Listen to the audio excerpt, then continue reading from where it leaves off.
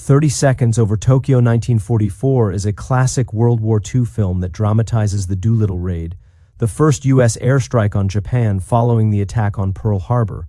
The movie is based on the book of the same name by Captain Ted W. Lawson, a B-25 pilot who participated in the raid and suffered severe injuries after crash landing in China.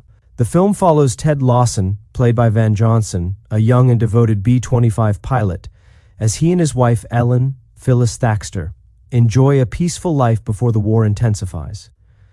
When the opportunity arises for a dangerous secret mission, Lawson and other volunteer airmen train under the command of Lieutenant Colonel James Doolittle, Spencer Tracy. Training takes place at Eglin Field, Florida, where pilots learn to take off their B-25 bombers from short runways, simulating the deck of an aircraft carrier. The men are told little about their mission, only that it will be extremely risky. Lawson and his crew, along with 15 other B-25 bombers, board the USS Hornet CV-8 and set sail toward Japan. While at sea, Doolittle finally reveals the plan. The bombers will launch from the carrier, bomb Tokyo and other Japanese cities, then fly to China to land. The mission is forced to launch earlier than planned after the task force is spotted by a Japanese patrol boat. This puts the planes at greater risk since they now lack enough fuel to reach their designated airfields in China. Despite the danger, the crews proceed with their mission.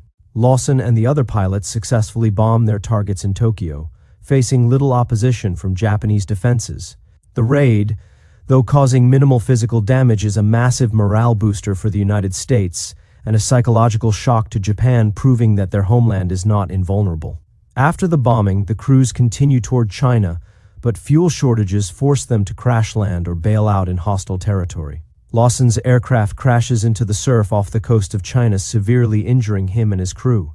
He suffers a grievous leg injury, which later results in amputation. Chinese resistance fighters and villagers rescue the surviving airmen, helping them evade Japanese forces who are conducting brutal reprisals against Chinese civilians. Eventually, Lawson and his fellow survivors are escorted to safety and repatriated. Lawson returns to the U.S., where he reunites with his wife Ellen. Though he has lost his leg, she reassures him of her love, ending the film on a hopeful and emotional note. The film is praised for its realistic portrayal of the raid and its consequences, especially the hardships faced by the pilots. Actual B-25 bombers and real wartime footage were used, adding to the authenticity. Spencer Tracy's portrayal of James Doolittle is a standout, depicting him as a strong yet compassionate leader. The emotional weight of the story, particularly Lawson's injuries and the courage of the Chinese who helped the American pilots, makes this more than just a war movie. It's a story of sacrifice, survival, and resilience. There are, however, key historical differences between 30 Seconds Over Tokyo and the actual events of the Doolittle raid. The film doesn't emphasize that the raid was launched earlier than planned due to the task force being spotted by a Japanese patrol boat.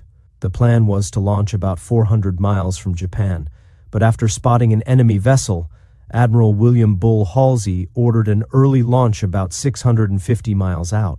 This meant the bombers would run out of fuel before reaching their designated airfields in China, leading to crash landings or bailouts.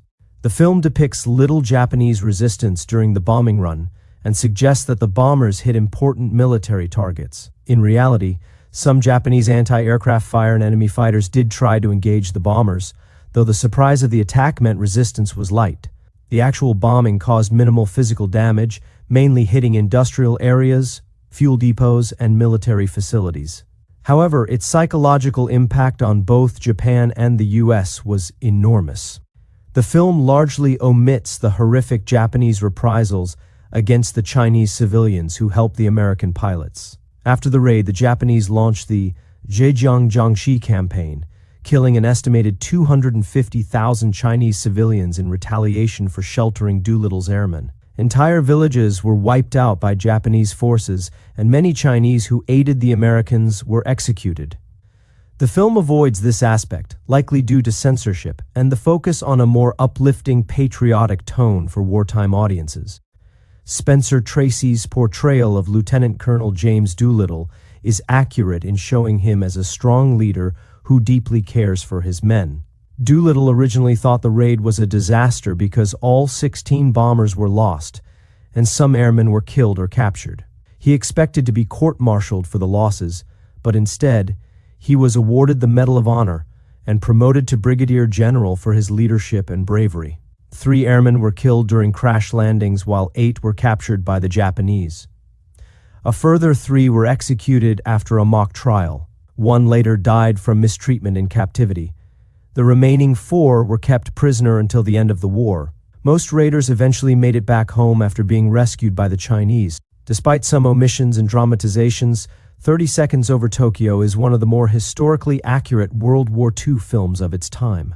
It faithfully depicts the courage and sacrifices of the Doolittle raiders while maintaining a patriotic and uplifting tone, which was important for wartime audiences.